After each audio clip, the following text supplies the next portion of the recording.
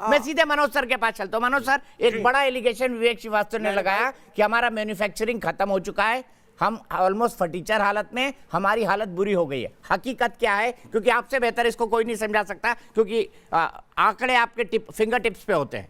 देखिए, ऐसा है कि जो मैन्युफैक्चरिंग की ये बात कर रहे हैं कि खत्म हो गई है, वो तो काफ़ी समय पहले खत्म हो गई थी। आज से करीब 20-25 साल पहले जो टेलीकॉम की मैन्युफैक्चरिंग और बाकी जो इलेक्ट्रॉनिक्स की जो मैन्युफैक्चरिंग होती थी, वो काफ़ी हद तक खत्म हो गई थी।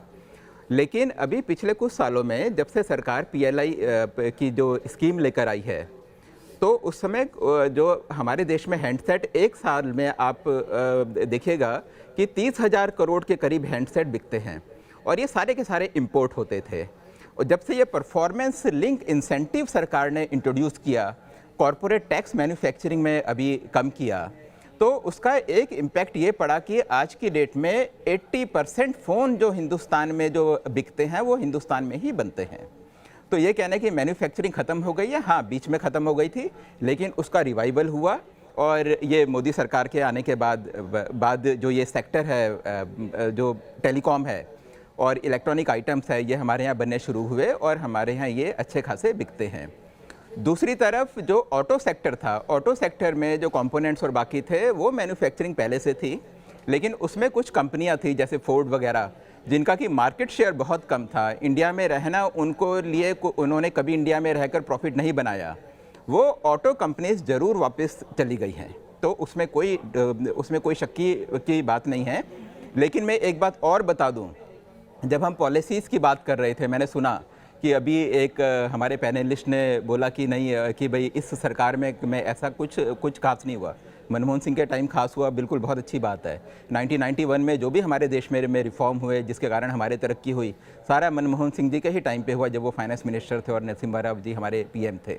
लेकिन उसके बाद अगर वाकई कोई रिफॉर्म हुए हैं तो वो पिछले 2-3 साल में हुए हैं, और एक बहुत लंबी उसकी लिस्ट है। कॉरपोरेट टैक्स हमारे यहाँ कम हुए कई सारे सेक्टर्स में, डिफेंस मैन्युफैक्चरिंग में, और इसमें इंश्योरेंस में जो फॉरेन डायरेक्ट इन्वेस्टमेंट है उसकी लिमिट हमने 49% से 74% कर दी।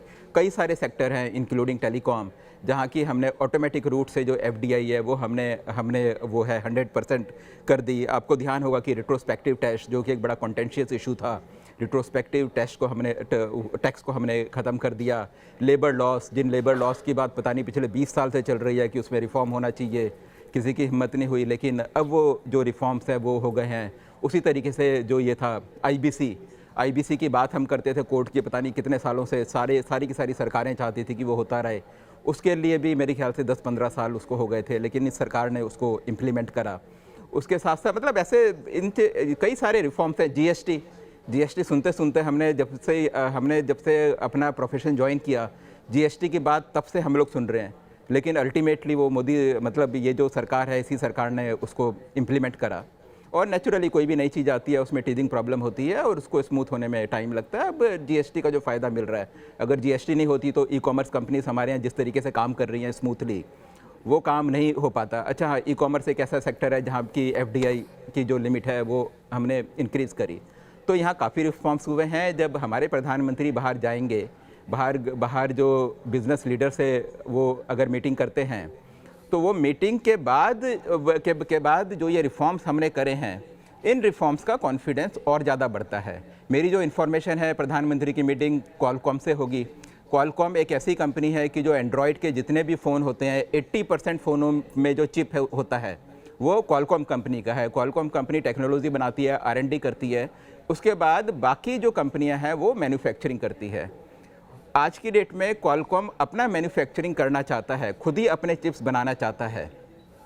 तो आज की डेट में एक अपॉर्चुनिटी इंडिया के सामने है। हमारा देश चाहता है कि बड़ी कंपनियां हमारे देश में आएँ और चिप्स बनाएं, क्योंकि ये बहुत बड़ा काम है। उसी तरीके से प्रधानमंत्री जी की मीटिंग, जो एक बहुत बड़ा फंड है ब्लैक स्टोन, उसके CEO के साथ है।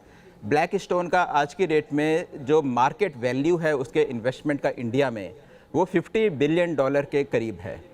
तो जिस समय प्रधानमंत्री मिलते हैं, अपने रिफॉर्म्स के बारे में बताते हैं, या इनको रिफॉर्म्स के बारे में जो पॉलिसी डिसीजन हुए उनके बारे में पहले ही मालूम होता है, प्रधानमंत्री जी का मिलना, उसे उनको एक एश्योरेंस को होता है। तो मेरे ख्याल से इसका जो सिग्निफिकेंस है ये है। और जब हम एफडीआई की बात करते हैं, एफडीआई कोई दान करना, भीख मांगना, वो चीज़ें नहीं होती। हम जिसको कहते हैं कि हमारे यहाँ इन्वेस्ट करो, एक ये बिजनेस है, ये मार्केट है। यही वो कंपनियां हैं जिन्होंने चाइना में आज की डेट में सबसे बड़ा इन्वेस्टमेंट किया है। हमारे देश की कंपनियां हैं जैसे एयरटेल हो गई, 35 देशों में उसका इन्वेस्टमेंट है। बिरला हो गए, उनका कई सारे देशों में वो है इन्वेस्टमेंट है।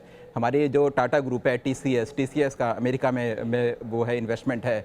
जिंदल ग्रुप का अमेरिका में इन्वेस्टमेंट है। तो ऐसा नहीं है कि जिस कंपनी की भाई हम लोग मजबूर हैं, हम कह रहे हैं भाई हमारे यहाँ आकर वो करो, नहीं, ऐसा नहीं होता है। It is a big market, उनके पास एक्सपर्टीज़ है। अब हम लोग भी बाहर जाते हैं, इन्वेस्टमेंट करते हैं, लेकिन आज की और इन्हीं कंपनियों ने चाइना जब डेवलप हुआ है तो इन्हीं कंपनियों ने वहाँ जाकर इन्वेस्टमेंट किया था। तो ये ग्लोबल ट्रेड है, बिजनेस है, और अपने जो हमें जो लिवरेज चाहिए उसके लिए हमारे प्रधानमंत्री वहाँ जा रहे हैं।